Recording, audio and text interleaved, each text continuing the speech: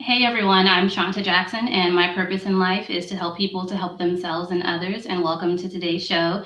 We will be talking about the wealth gap in the United States, and in particular, the racial wealth gap in the United States. And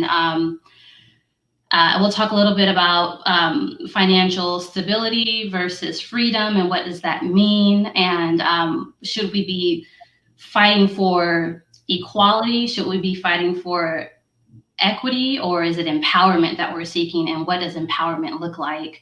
My guest today is Langston White. He is a wealth advisor and serial entrepreneur located in the greater Boston area. Thank you so much, Langston, for joining me today. How are you? It's my pleasure. Thank you so much for having me on the show. I couldn't be more happy to be here. There's no place I'd rather be than on your show today. Okay, my mom's watching. She's like, so she's watching my smile, and she knows what my smile means in my eyes and stuff. So she'll talk to. So that compliment, thank you. I was blushing. Hey, Mom. And so for all of you who are watching, we are streaming live on Facebook and YouTube, and I appreciate your comments as always. You can always ask questions at any time. And Langston, you also are a podcaster, Langston's World, and that's how we came to connect. I actually follow you on Instagram, and I've been following you for a couple of months now. And I really appreciate your content and your creative way and sharing information. So thank you. I'm a fan. So thanks for being on the show. Hey, I appreciate you, Shawnta. Like, we did that interview a while ago, and that was probably one of my favorite interviews. Like, I was like really waiting for like the moment to drop that, because the things we talked about fall very much in line with the whole wealth gap, Black economic empowerment component. Because I honestly believe entrepreneurship is huge. Like that Pharrell Jay-Z song that just dropped. Like, I love it. I love the idea of entrepreneurship. But unfortunately, it's something I think is wildly misunderstood. And a lot of people end up probably doing more financial harm to themselves than good by trying to leave the plantation under circumstances that lead to more financial calamity than progress. So, I mean, we'll talk about the plantation, but first, what is a wealth advisor? What is it that you do? So basically, I meet people at the intersection between financial coaching as well as financial empowerment. So a lot of times people get the financial coaching they need, like, oh, I need to work on my credit, or I need to work on building a savings and experiencing a certain level of positive cash flow by eliminating, trap doors in your life that you didn't even know were there. For example, a lot of people don't know what their monthly expenses are. Any good financial coach can help somebody put a cash flow together and figure out if you're cash flow positive or negative, and help you identify the triggers that are causing you to experience financial dissonance. But what I do is I couple that with goal setting. So it's almost like life coaching and helping people understand what wealth really is. Helping people understand that there is a way to escape the rat race, and putting the various different plans in place to achieve that goal. Real wealth. Financial stability is great. Financial security is phenomenal, but wealth is a whole nother conversation. Well, let's have that conversation. What is wealth? Wealth to me is getting to a point in life where you're not working for money anymore. You're working for something more important than money. So once your cash flow is situated in a way that it's positive enough for you to work and not work to pay bills, now you're working for something more important than money, whether it's a passion, a goal, to give philanthropically, to start a nonprofit, to be impact driven. Until you have some kind of wealth, you can't even have a conversation about anything other than working for money and paying bills. You're in survival mode. Once you experience wealth, the world looks very different. Okay. And so in the United States, I believe it was in 2017, the New York Times, they published an article that said that for every white family, for every $100 that a white family has, a Black family, based off of some research and comparison that they did, white families, compared to that $100 for white families, Black families have $5.04. And then we look at, so I'm thinking about redlining starting in the 1930s. There's literally a map, and it's colored in red. These are communities of color. These are minority communities. These are, in particular, these are Black communities. And these are the community, these are banks saying this, and we're not giving loans, housing loans to these individuals. And that's marked in red. So these individuals are not eligible to receive home loans. And fast forward to today, to my understanding, at least 60% of those communities are now low-income communities. Mm. And often we say, like, as far as like for savings, the reason why you don't have any money is because you keep buying makeup, or you're going to Starbucks and you're buying coffee, or you're doing certain things like that. But is that fair? It's wildly unfair, and it's probably one of the most self-sabotaging ideologies that we have in the Black community, which is that we, because of the way we spend our money, cannot experience wealth. There's just not enough income coming into these communities to experience wealth. You can't save your way to wealth. So, like, let's just dispel that today. You cannot save your way to wealth. Unless you are investing, you're not going to ever become wealthy, because you're not going to be able to experience interest or any kind of return on investment. So you're only going to be working to survive. That's all you're going to be doing until you get to a point where you can start experiencing returns. And you can't, if anything, you should be saving that money so you can spend it on something that will actually return a profit, but you're not going to save your way to wealth. It's not a thing. Right. And that's what I'm actually in the process of doing now. So during your podcast, when you interviewed me, I was telling you a little bit about my consultancy agency, and I'm finally, so I'm 100% self-employed. I've been 100% self-employed since 2017. So 3 years now, even though I'm a failed business owner as well. And being self-employed, and I'm actually proud of myself. So this is my moment. I'm proud of myself because I am an entrepreneur. I am a stay-at-home mom, and a single stay-at-home mom. And I'm able to, and I'm surviving, as most people are, even though I do recognize that I have higher income earnings than a lot of people. But I've struggled. Like, I've had moments where I've only had $7 and $9 in my checking account, because I'm sacrificing, trying to make this business happen, and refusing to go get a job. But like, listen to that. First of all, I'm not going to let you forget author. You're also an author. Don't leave that off the list of accolades and patting yourself on the back. But think about that for a second. You spent down to your last $7, $8, $9, right? You spent your way into a point where you can experience wealth. You know what I'm saying? So the concept that, you need to just hold every penny is shenanigans.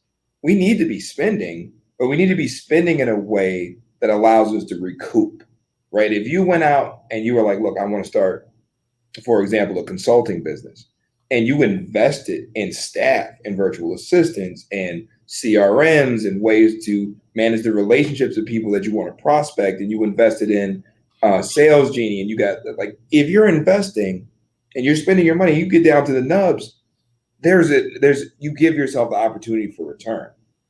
But if you're just sitting on cash, as I know a lot of people are, because they think that's the most responsible thing they can do, you're not going to get wealthy that way. But what about people are sitting on cash because they say, you know what, I need to have 3 to 6 months of emergency savings. I think for me, that's a good stash. That's a good savings to have. But what you're saying is, you're not saying not to save any money at all. You're saying, like ideally for your client, what would their financial portfolio look like? And from, I guess, and from my audience, for the purpose of who my audience members are, from like just from the very beginning, like what if someone is just getting started and they're looking to invest, and then tell me a little bit about the different investment opportunities and what do you mean when you say invest? But just to kind of get started, ideally, what would be the best scenario for someone to be in a position to where they could invest? So that's one hell of a loaded question, and I'll tell you why. And I'll answer it. But I'll tell you why. Because everybody's situation is a little bit different, right? Everyone's risk tolerance is a little bit different. So if I was talking to someone who was a single parent with 3 dependents and they were operating in a situation where they were not going to be in a situation to experience a loss without the cash reservoir to manage their household, I can't tell them to take the same risk as a millennial or someone in their early 30s with no kids, no responsibility, and they're shooting for the moon, right? So my advice would be dependent upon your risk threshold. And so that's before we even have a conversation about investing, it's important to understand your risk tolerance. That's the first thing. And that's whether you're investing in stocks, securities, or if you're investing in your own business. Now, as a wealth advocate, I worked for a long time as a financial planner where securities were the thing, right? Stocks, mutual funds, you try to get somebody into a portfolio where you could see growth based on your ability to withstand market risk, which would be like kind of what we're experiencing now with the pandemic. There's a lot of volatility in the market because nobody knows what's going to happen tomorrow. What I advocate people do, instead of investing in companies where you have a limited exposure to what's actually going on, right? People were buying Hertz stock after they went bankrupt, right? That's crazy, right? And the stock price was going up because people were like, we're getting it at such a cheap price. What they didn't understand was after the bankruptcy and after they pay all the money that they have out to the people, their creditors, they're going to have negative money. That stock is worthless as soon as you buy it, right? People don't get that. I say you invest in yourself first. And that might be investing in a business consultant. That might be investing in a financial coach. If you want to invest in information. One thing you'll notice about people who are wealthy is they pay for their information. We people who aren't typically wealthy, we take advice from anybody, especially if it's free. We don't want to pay for information. We got to get out of that habit because the more quality that information is that you're acting upon, the more likely you are to experience that level of success you want to experience. I'm sure as a consultant, right? You've got clients that are like, I don't want to pay for this because they don't understand the value of paying for a consultant. But a consultant will increase the likelihood of your success several fold. So if you were going into a business and you had a 50-50 chance of success, but by hiring a consultant, you got a 120% chance of success. You put it in those terms, it's easy to invest. So if you're sitting at home right now, you're watching this and you're like, look, I'm tired of being broke. I have a 50% chance of being broke next year. But if I spend a few $100s with a cat who can help me get my finances together and put a plan together, and my chances of not being broke next year are 100%, spending a couple $100s a month then becomes extremely reasonable. Then it's like common sense. So invest in yourself first. Like I know everybody wants to talk about stocks and bonds and where's the housing market going to go. Invest in getting that quality information. Start there. So then you can even make an informed decision about investing in the future. That would be my advice off the rip. Like if you're going to build a house of investment, I used to say start with like life insurance or start with like health insurance, disability insurance, or emergency reserve savings and all those things. You got to start with the information because you could spend a lot of money and a lot of time that you'll never be able to get back operating on the wrong information. So get some help. So investing in yourself is also, not everyone has the disposable income to be able to hire a financial coach or even just with their business. One of the videos that you have posted on your Instagram, some advice that you were giving to individuals, during COVID-19, if you're already broke, or if you've lost money, or if you're furloughed or laid off, this is your opportunity to invest in yourself by researching and identifying those resources. So one thing that I do is, in addition to, so I research, I go online, but I also watch interviews of successful people, and I study them and I follow them, and just how they got their start, anything from marketing strategies or self-confidence. It's not always just like business decisions, but some I guess not interpersonal, but some internal things that everyone or a successful person goes through. One time I felt so bad and I didn't know how to deal with it. And it was my first time. I was so embarrassed. I hated myself for 24 hours. I'm talking about hated myself. And I went online and I Googled how do successful people deal with failure? And I started watching videos, and I was watching a video like Oprah and just different people, things that they totally failed at. And that's how, and so those are kind of like my mentors. So that's advice that I would give to individuals as well. If you can't find an in-person mentor, find someone virtually. So I can't wait to answer this question, because I know financial planners and financial services professionals all over the country are going to be smacking themselves in the forehead for me sharing this. But this is a little known trade secret. The majority of financial planners and financial services professionals and financial advisors will work for free. It's crazy. But believe me, if you got on the phone and you called somebody from, Prudential or Allstate or New York Life, and you were like, look, I'm looking to get my finances in order, they will connect you with someone who is a trained professional in helping people with financial planning. Now, their goal is to sell you something, but if you go into that situation knowing that you're not buying anything, but you need information first, that's very powerful. So use the system to your advantage, okay? You use the system, use the game on itself, because the financial planning game is all about giving enough information to make a sale, right? Financial coaching is some pretty selfless stuff, because you're not trying to get a sale out of it.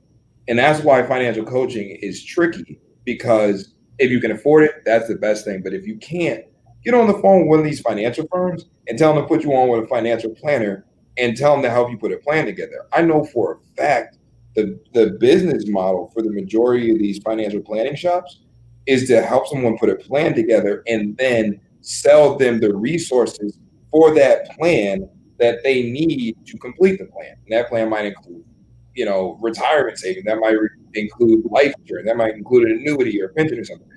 But get the plan. They won't help you work the plan, that's for sure, because their job is to sell stuff. But you can get a lot of information. Just pick up the phone, call somebody at one of these firms. 2, if you're at home and you're thinking about starting a business or doing something to that effect, you got nothing but time. If you've been furloughed, laid off, you don't have any cash, you're not working, whatever, and you can't afford to hire a cat like me or you, YouTube University is very powerful. YouTube University will put you on game in a way that will prepare you to sit down and have a conversation with a financial coach or a wealth advocate or something to that effect. Okay. And Cynthia Fowler, she's calling in, she's watching on YouTube from Atlanta. And she says that you were right. And she was saying, I don't want to pay anyone for anything I feel I can find for myself, but I think I need to rethink my approach. You mind if I speak to that one? Mm-hmm. Cynthia, that's a great question. And I feel you, because I hate burning money. There's nothing worse than paying for something that I could have got myself. Here's the thing, Cynthia. Time is precious. And if you can outsource to someone else while you're at work, putting your plan together and making sure you're on track for your goals, you just doubled your ability to get things done. So now you don't have to sit in front of YouTube when you get home from work. The plan is sitting in your inbox. Or you don't have to be nearly as tedious with tracking your own activity, because now you've got a partner in accomplishing that goal. Sometimes it's worth paying someone to do something that you may or may not be an expert of. Definitely do the research to make sure what you're paying for is worth the money, but that's money well spent. That's money wildly well spent, because it's going to save you so much time. Like, imagine it's going to take you 5 years to figure out how to experience financial stability through reading literature and going on YouTube and asking people, and you go down the line. 5 years from now, you figure it out. But next year could be the last year that you go through this doom loop of having cash and blowing up your account, having cash and blowing up your account, because you hired somebody who's going to be able to plug those holes in year one. Now you got 4 more years to experience the fruits of your investment in shoring up your financial strategy.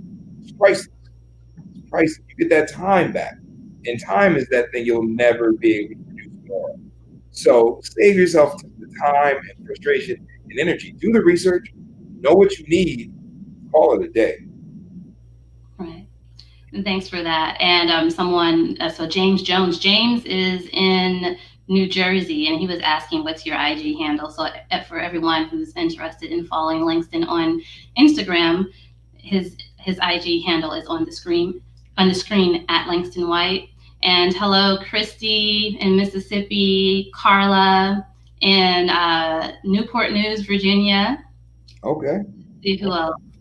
So thank you all for joining. Okay, this is what I want to talk about. I'm in the DMV area, and in Prince George's County, Maryland, it's known for being the like almost kind of like a black Mecca, and per capita, it has the highest wealth for African Americans in the United States. Sounds good. It all sounds good. And so this is what I've experienced or that I've witnessed, should I say. This is what I've witnessed and observed. I see a lot of individuals and married and couples. They have the income, but it doesn't matter if their household income is 200 plus a year or almost that amount. They're really in no different financial situation from someone that earns between about $50,000 a year or $40,000 a year, because all of their money is accounted for.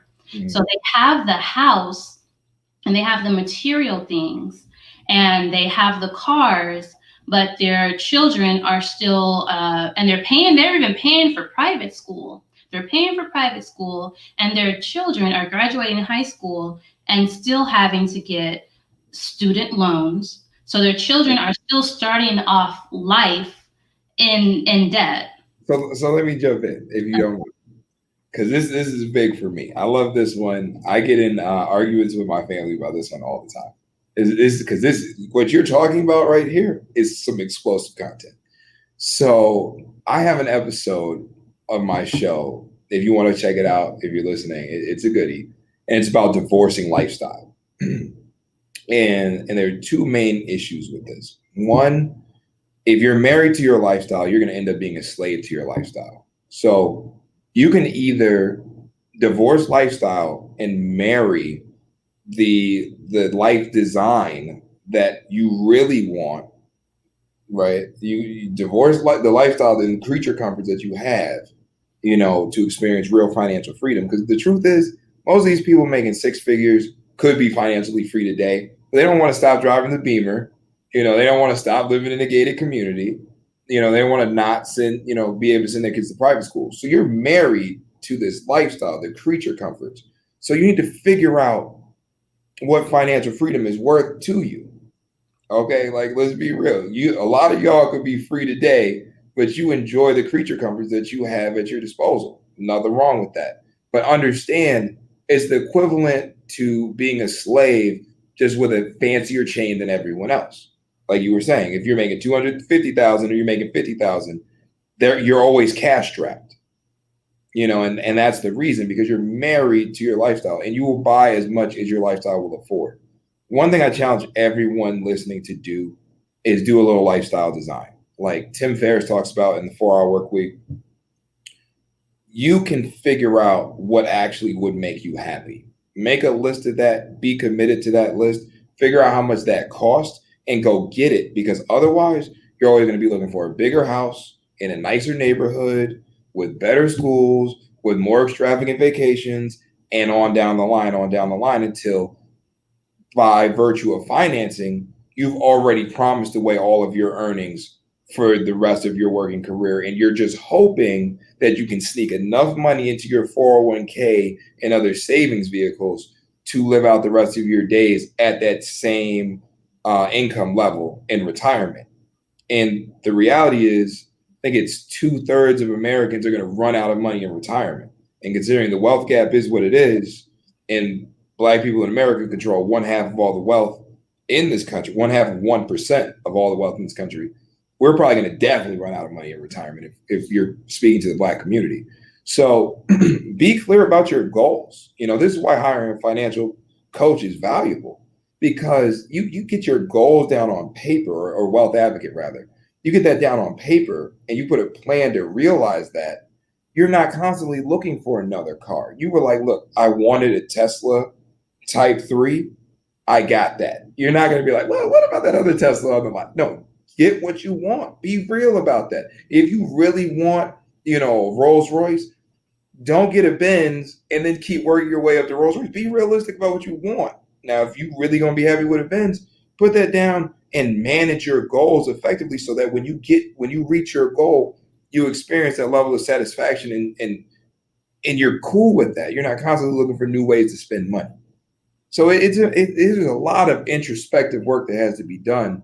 And that's one thing we never get to do, because when you're working 40 hours or more a week, you don't get a lot of time for you. By the time you get done working, you go home in traffic. You might not do that anymore. We're working from home. But when you're not working, you're just getting ready to go back to work. We got to invest. You want to talk about investing? Invest that time in getting to know you and what actually makes you happy. What are your real goals? Because a lot of people get talked into, you turn the TV on and you're looking at other people's lifestyles and you're like, I want that. Do you really though? Get to know yourself. Just stop settling for other people's goals. If you want financial freedom, most of the people making 6 figures could have had it a long time ago. Yes. It's a few things that you said that I want to point out, that come to mind. In my book, I shared 21 of my personal journal entries, and I assigned themes to them. And two of my journal entries that I'm thinking about is life visioning.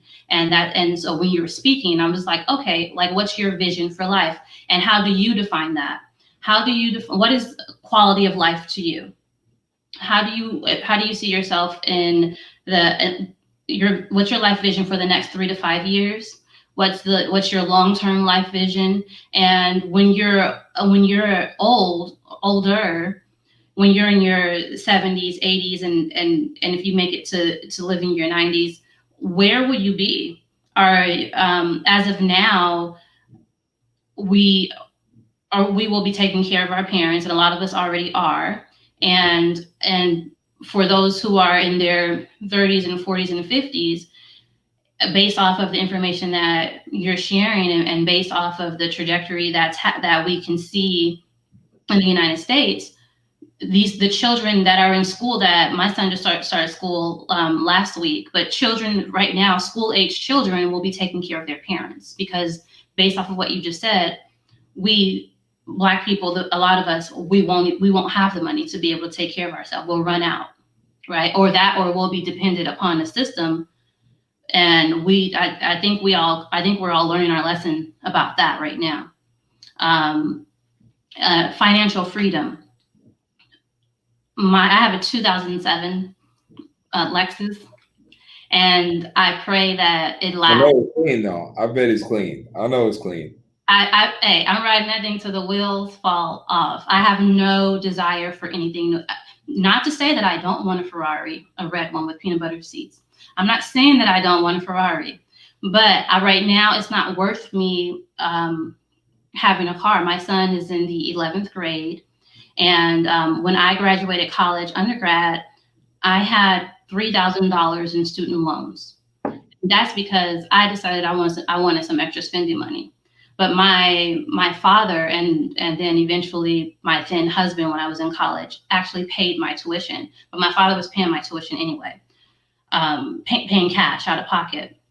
And I plan to do the same thing for my son. Another thing that I've witnessed, even with some of my own family members and friends and peers close to me, we're sending our children off to college. And it's nice to be able to say, my son or daughter is in college and they're attending this university and they're away. But realistically, a lot of us can't afford to pay for college. That's why we're getting parent loans, and then we're having our children get student loans. There is absolutely nothing wrong with going to so for me, I say, my son, I'm not paying. I don't care how smart you are. If you're that smart, you should get a scholarship. However, I will pay cash for you to go to a state school, or if I can find a school outside of the country that's equivalent, where I can pay out of pocket. So now this goes back to my car. I don't want a new car because in 2 years, I will be paying monthly cash. I've already made this decision. I've made the decision. For a second. I've made the decision that my son will not graduate college if he chooses to go to be in debt. If he, I will pay cash out of pocket, and if he doesn't get a scholarship to go out of state, or if I can't find if he can't find an affordable out of state school, he will go in state. But again, I will pay. I will pay for it. So instead of me, instead of me getting a BMW or a car for $800 plus, or even $1,200 once we factor in insurance a month for a car, instead of me paying that, I'm going to pay for my son to go to college. Or if he even wants to, this is his choice. I'm with it and I'm fine. But even he says, Mom, I can just go to a community college. And then there's always trade as well. But anyway, I've decided that I as a mother, some of the last things that I want to do, I'm always going to be his mother. But for me to get him going in life so he can start off on a clean slate, I do not want him to have student loans, and I will help him to get his first apartment or condo, or I'm sorry, a condo or townhouse. Okay. So that's like a plan for me. It's too many of us, we're just starting off in life wrong. And so anyway, I'm passionate about that, but go ahead. So I don't think the problem is as much, it's expensive, or it's a waste of money, or, coming out of school with debt. Is this, I think, first of all, it's very situational. And two, if you can't afford it, it's because you don't make enough money. Right. So if your kid gets into Harvard, and I think the tuition at Harvard is $40,000 a year or something like that, in that ballpark. I could be off last time I checked, but it's a lot of money, which means tuition alone would be for 4 years $160,000 plus cost of living in Boston. I mean, it could easily run up to $400,000. And $400,000 out of your price range, and you don't have kids yet, or your kids are young enough that they're not even in school yet, or they just started school, that gives you like what, a 14-year runway, 13-year runway to figure out how you're gonna make enough money for them to go to MIT if they want to go to MIT. You know what I'm saying? So the problem isn't like, okay, look, this is the amount of money I'm earning, I need to save for that. No, you need to invest in either starting a side hustle and flipping that into a business, getting a job that's going to pay you enough, or get because the answer is not getting what you want. That never should be the answer. Like, oh, I want this lifestyle, but I can't afford it. If you can't afford it, that means you're doing something wrong. That means you need to talk to somebody who can help you figure out how to get what you want, not how to settle for less. You know what I'm saying?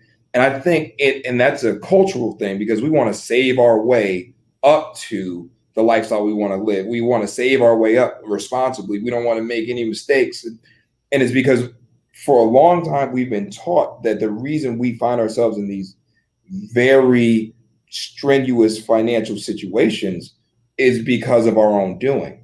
It's not, like the first Black financial advisor or financial life insurance agent wasn't even hired until 1950, what? Hey, when was the first Black financial planner hired? 57. You couldn't even buy life insurance. Yeah, the first Black person hired by a major insurance company wasn't hired until 1957. We weren't able to use life insurance to generate wealth and pass it generationally. You couldn't buy houses, like you were saying at the beginning of the show, in certain neighborhoods because banks had a policy not to lend to Black people in certain neighborhoods. Like they wouldn't even show you houses. Like that still happens today. So the ability to use real estate, life insurance, and other financial instruments to advance ourselves economically in the United States weren't even options. They weren't even on the table. So Black people who find themselves starting out in just financial calamity is by virtue of design. Now, by virtue of a lot of the sacrifice made by leaders that came before us, we have some access. And now that we have access, we need to not settle. We need to say, hey, look, if I want a red Ferrari with peanut butter seats and my current plan won't get me there in 5 years, I need a new plan. I hear the frugality of it, particularly if your kid isn't even about college or he's not serious about going to college or he's not just hard set on going to a particular school, whatever, trade school, cool, save the money. They don't have to go, they want to be an entrepreneur, save the money. But if your kid comes to you and goes, look, mommy, I want to go to MIT Sloan and it's going to cost this much, we should put ourselves intentionally in a position to afford it. Now, the loan thing is an interesting piece because student loans are killing cats.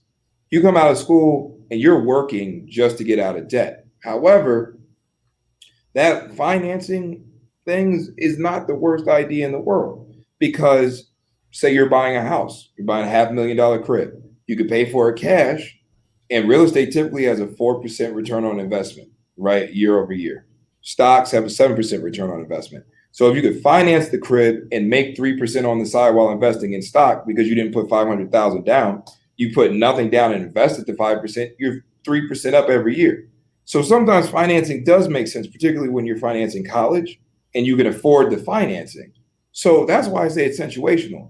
So I don't want to throw the baby out with the bathwater and just be like, hey man, everybody should go to trade school. I said somebody go to Cuba for free education and whatnot, and like, yo, more power to you if that's what you want to do. But if you really want to go to Harvard, go to Harvard. Just make a plan that'll get you there. And also, so speaking of Harvard, families, I believe it's below $68,000 a year. That's considered lower income. But I believe it's $68,000 a year or less. You are eligible for grant assistance at Harvard University, your children. So there are various programs that a lot of these PWIs, predominantly white institutions, have. But and hopefully my son actually chooses to go. I would like for him for his undergraduate experience if he chooses to go to college. He's maturing right now, just turned 16. I would prefer for him to go to an HBCU. I would prefer him to go there. I didn't have the opportunity to go, but that's what I would prefer for my son. We actually have a question from Cynthia, and everyone, please post if you have questions. This is your opportunity to ask and get advice from a professional. And I'll post it here. So Cynthia says, we are looking to retire in 5 years. We make a good income, but build a 401k. Pay off a mortgage. So she's paying more than required, and she's paying a student loan, and they have no other major debt. And she's seeking advice for retirement planning. They are a few years from being 60 years old. So that's an interesting question because it's so situational. It's hard to say. So like hypothetically speaking, let's say like we're sitting down and you're sitting down with a wealth advocate. My goal is to first educate. So let's talk about it. 401ks are dope because they allow you to invest money and that is tax deferred and tax deductible. So You put the money in a 401k, you deduct that from your income from that year, which might drop you in a tax bracket and save you some more cash, right? And while it's growing, the profits don't get taxed. You don't actually get taxed on that money until you start taking it out. And it sounds like she's a few years from retirement, which means she'll be over 59 and a half, which means she ducks that early distribution penalty. 401k is a great way to get money in retirement. If I were her and she's getting ready for retirement, it sounds like she's getting a lot of ducks in a row, I would highly recommend you invest and at least look into long-term care, because long-term care is one of those things that wipes out people's retirement like a lot. That's one of the killers, because if for whatever reason you're incapable of taking care of yourself, or you develop a chronic illness and you need around-the-clock care from a medical standpoint, and like, let's be real, people are living a long time, self-insuring for that kind of thing will destroy your retirement. You're talking millions of dollars, and having somebody to come in and make sure you're okay. Let's say you develop diabetes, or you need to go get to dialysis, this, that, anything can happen. And in the Black community, it's obvious we have a lot of pre-existing conditions. Long-term care will protect your retirement money. It will protect your retirement investment. You don't have long-term care, forget about it. Like, you can kiss your retirement goodbye. Also, so speaking of long-term care, you're talking about so for Cynthia and her husband, long-term care insurance, but it also helps with caregivers. So in the United States, so caregivers are unpaid, or just in general in life, in the world. Caregivers are usually informal caregivers, meaning that they're unpaid. It's a loved one is caring for you. So in the event that, let's say someone develops dementia and it progresses to Alzheimer's or something like that, or some type of chronic illness, the caregivers are usually not able to work and to provide a source of income for themselves. And the caregivers actually, oftentimes, if it's not a formal filing for bankruptcy, but in general, in speaking, they pretty much go bankrupt because they're caring for a loved one. And this goes back to what my point earlier is that a lot of us are taking care of our parents, and a lot of our children will probably be taking care of us if we don't make some changes.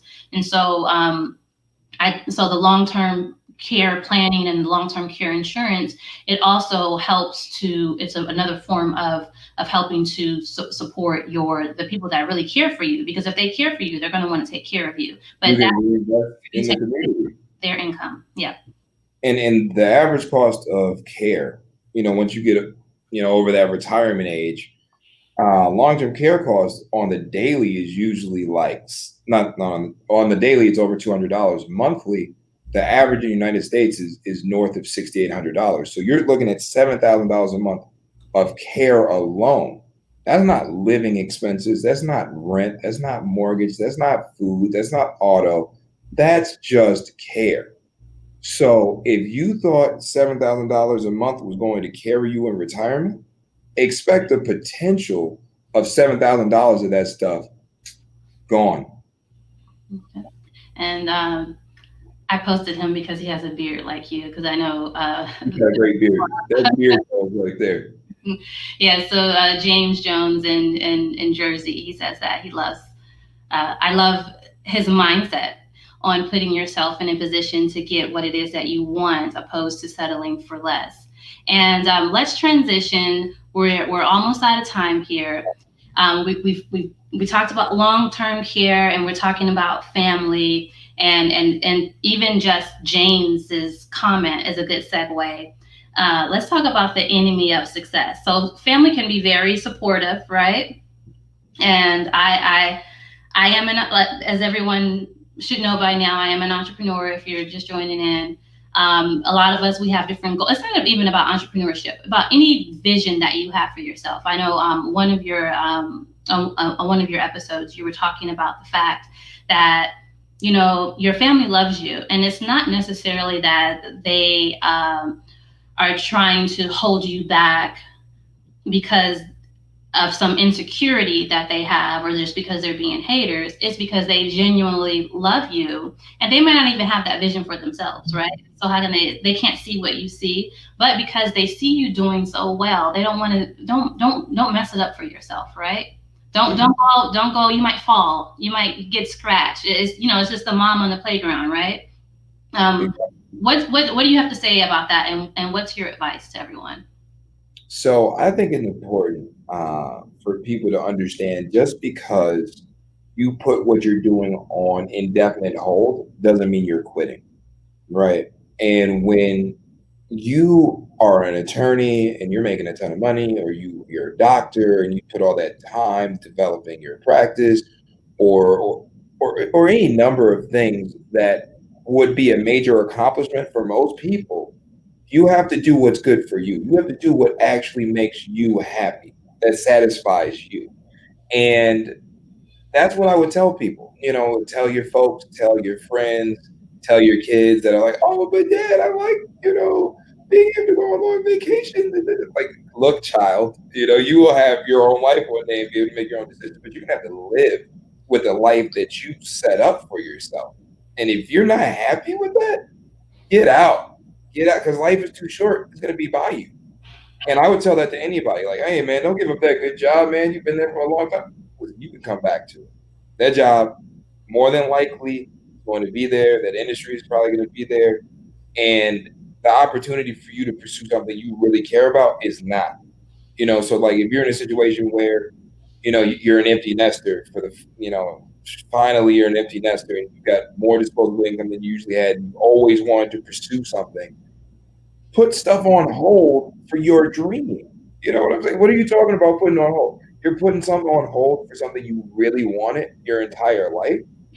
That's something worth putting the pause button on. So first of all, when people try to, and it's not even like your loved ones don't want to be supportive. They're just like, bro, I can't afford to see you throw this away. And that's when you got to tell them, hey, man, I'm not throwing it away.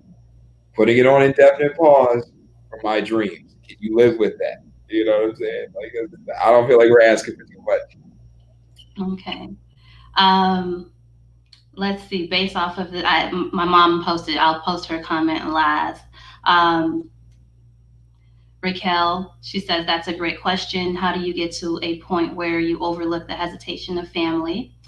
And then Walter, and Raquel is in Las Vegas, and Walter is in Wisconsin by way of Illinois, Chicago to be exact. And he says, a great question. Survivor's guilt is real. Yeah, it is. So I'll address the first one because I have a good one for this. You have to ask yourself, like the hesitation of family, right? You have to ask yourself, what are the consequences of me not doing what I need to do for me? Regardless of what my family thinks, regardless of whatever they say, what are the consequences of inaction? If inaction is going to consequence in me living a life that I'm unhappy with, and it's a subpar lifestyle based on what I want for myself, it's easy to tell family to go sniff. And I have an expression, catch them on the rebound. And even if you were unsuccessful, your family's still going to be there, and chances are a job is still going to be somewhere waiting for you to show up and punch in. So the consequence of you not pursuing your dream means that you never realize your dream, or you have to stay in a lackluster, subpar station in life. Get out of there. Run for your freaking life. And if you know that you're never going to experience what you want to experience on the trajectory that you're on, you're working at the post office, or you got a cushy little desk job where you push a pencil around all day, or a state job that's impossible to get hired from, it's going to be there. Trust me, state is still going to be hiring people. Pandemic's going to end. New industries are going to pop up. But if you never took the time to invest in yourself and in your dream, the consequence is living your whole life and never being able to even have said that you took a chance to experience the life you want to live. So don't let your family hit the pause button on your dreams. Yeah, and at the end of the day, when you lie down in bed, those are, you have to deal with yourself. Your thoughts, you have to be happy with yourself, right? And that's the worst thing for me, I would think the worst thing is to, not take a chance on yourself. Everything that I'm doing, everything that everyone that you're witnessing me do, a lot of people are following me on social media. I get a lot of private messages, a lot of compliments, but everything that I'm doing this, and people are actually joining me on my journey and just kind of watching. But there's no reason why we can't grow together, right? And a lot of people know my background. We went to high school together, so that means I'm no different from you. I had the same access to the same opportunities as you, but what made me different are the actions that I took or that I'm taking, and how I've learned to self-coach myself and self-motivation, and to seek help when needed, and to be a lifelong learner, and self-awareness and self-reflection, and to be honest with myself. And then also, we talked about this earlier in the episode, just having a vision, a life vision for myself. And it's okay. Things may change. I may change my mind. That's not something that I'm interested in doing. But for me, as long as I'm not robbing, stealing, or begging or borrowing from people, and I can do whatever it is that I want to do. And I think that I encourage everyone else to have that same mindset. And Langston, thank you so much for joining me today. I'm going to close out with a comment from my mom in Las Vegas. She says, I don't know what you said, but it was real talk, and he is so right. And she says, I'm so proud of you. Thank you. And your many accomplishments. And I will buy you a 4-door Porsche. Thank you. Man, that's gonna help mom right there. Right. and yeah, and she'll probably try and put rims on it too. Yeah, I'm a sedan person, and my mom is a coupe. She has a convertible, and I have a 4-door sedan. I'm the one. So your mom, I like her style a lot. Yeah, I like that. I'm a coupe guy myself. Well, thank you everyone for joining. I hope this was very informative and that you are inspired. Again, my name is Shawnta Jackson, and my purpose in life is to help people to help themselves and others. You can follow me on Instagram at the Shawnta Jackson, and also you can follow Langston on Instagram at Langston White. Let me see if I can find your handle. There you are, at Langston White on Instagram. Thank you so much. Thank you so much, and I'll see you next week. All right. Thanks, Shawnta. All right. Thank you.